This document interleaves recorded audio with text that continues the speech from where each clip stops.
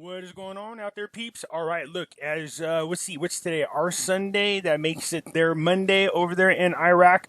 So some very interesting news coming out of there that we'll cover here in just a minute. A quick reminder, everybody, I have Pimpy's investment chat. In here, we talk about gold and silver, cryptocurrencies, as well as foreign currency investments. So it's free to join. Come on over. That's all we talk about in this group here. No political stuff. We have a whole nother group for that. Over here, 75 new people joined the group. That's good. Over here, we do that. Hidden things in front of your eyes. 49 people just joined this one. Okay, and in here, we talk about current events, the news, political things, NESARA, GESARA, as well as, things that some people consider a conspiracy, although most of us think of it as truth seeking is more like it. All right. So let's get into this. Parliamentary finance. The employee salary will be paid without delay. But there's more in this article than just that. The Finance Committee of the House of Representatives confirmed on Sunday that the salaries of the employees during the next 3 months are insured and will be distributed without delay. My guess is that they're pretty done with the audit by now.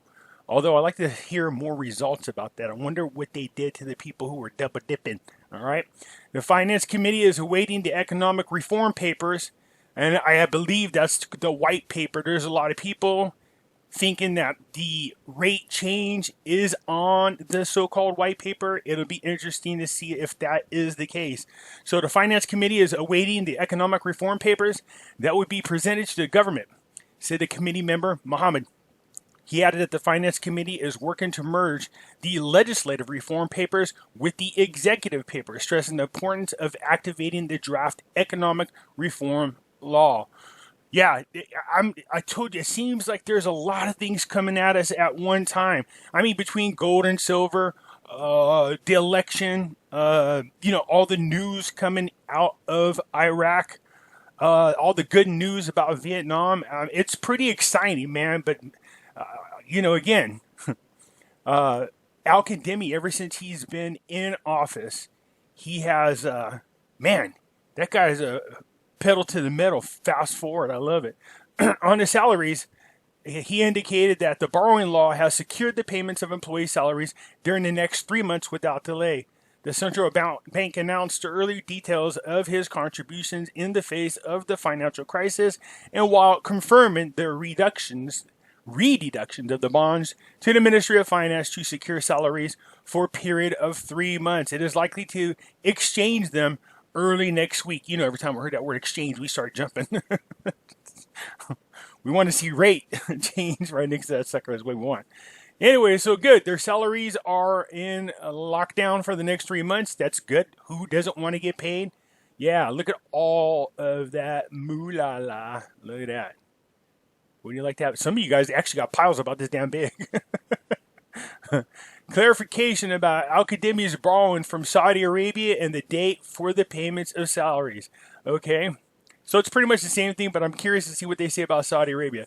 So the committee member said in the interview, all salaries for the coming months are insured and we do not need to borrow or recycle other money, noting that the defect and delay that occurred this month in the distribution of the salaries due to the delay in voting on the decision of internal and external borrowing and the technical delay by the central bank and the Ministry of Finance. Well, we also know that you guys got audited.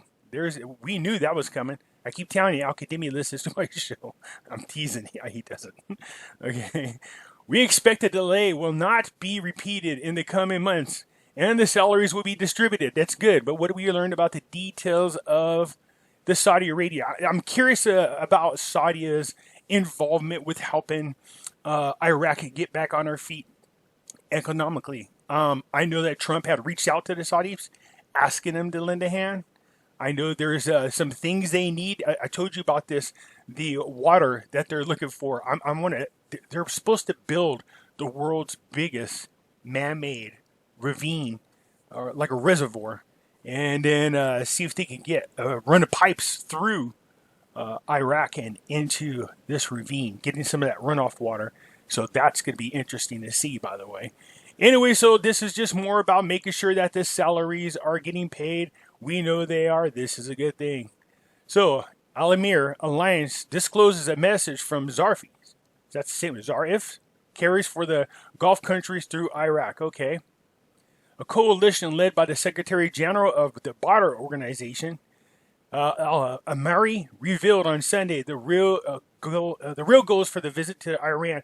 You know, again, Amari and what's his name? The other one.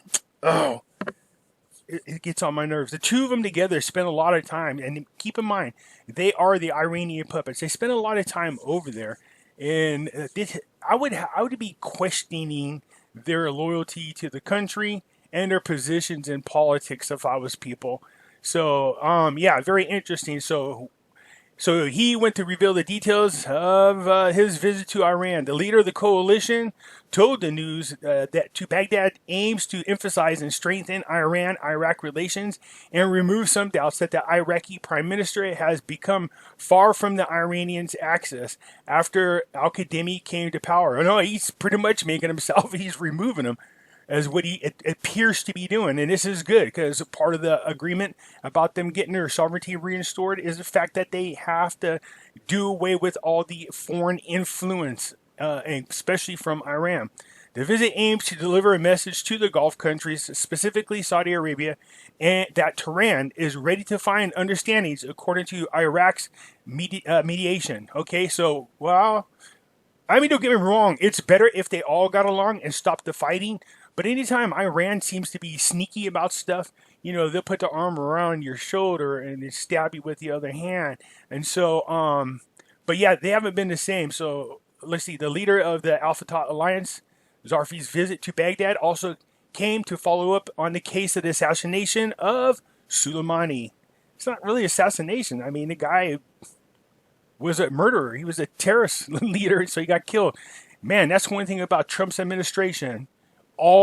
You'd be surprised. I don't know, for all you newbies, I covered that Trump has actually killed, his administration has killed and removed 8 or 9 terrorist leaders, and we don't hear nothing about it in the news. We hear about in other administrations, they talk about one death and everybody jumping up and celebrating, but nobody talks about all of the terrorist leaders that Trump's administration has taken out. It's like 8, 9 of them, really big ones, man. Okay, Iraqi president of Iran. We cooperate with the alliance and friends to stabilize the region. Okay, well, that's kind of like what we were just talking about. Look, it would be good, like I said, for all of them to get along. There is so much opportunity there in the Middle East. There always has been, but it's been unstable now for quite some time. Actually, since the removal of Saddam Hussein and Gaddafi, it's really caused a lot of turmoil in these countries, and it's been a living hell ever since. So, we love to see them all get along. Excuse me. So, the president of... sorry about that. President Saleh confirmed during his reception on Sunday that the Iranian foreign minister, the regions needs to, for mutual understanding, to find solutions to crises and establish regional security. Well, yeah, one thing is you got to stop having your armed militia gangs firing missiles in Baghdad. Again, there was a missile attack. They shot at the U.S. Embassy. Of course, it didn't hit, but this is starting to be ongoing. I still can't get the philosophy on this. If you're wanting to get the United States and the coalition out of Iraq, why would you continue to attack him, forcing him to stay there? Make it feel like everything is peaches and cream. Then they'll probably leave.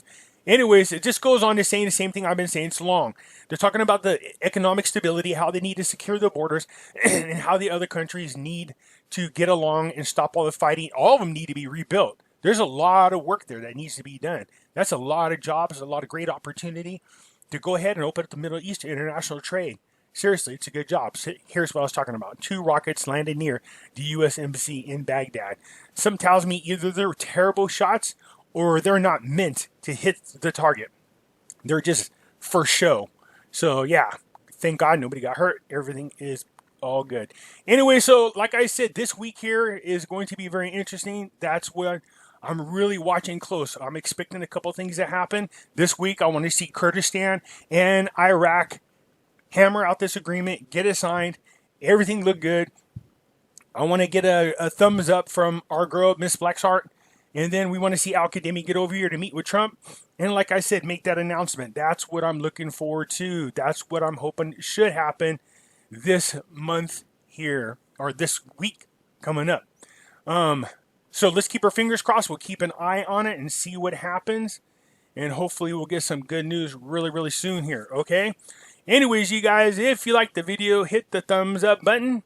If you're not a subscriber, please do so. Because when you do, it helps out the channel. And I surely do appreciate it. All right. Again, we'll keep an eye on what's going on this week. I think the first thing to go is going to be this agreement between Kurdistan and Iraq. So let's look for that. And I'll keep you posted. All right. Have a good one.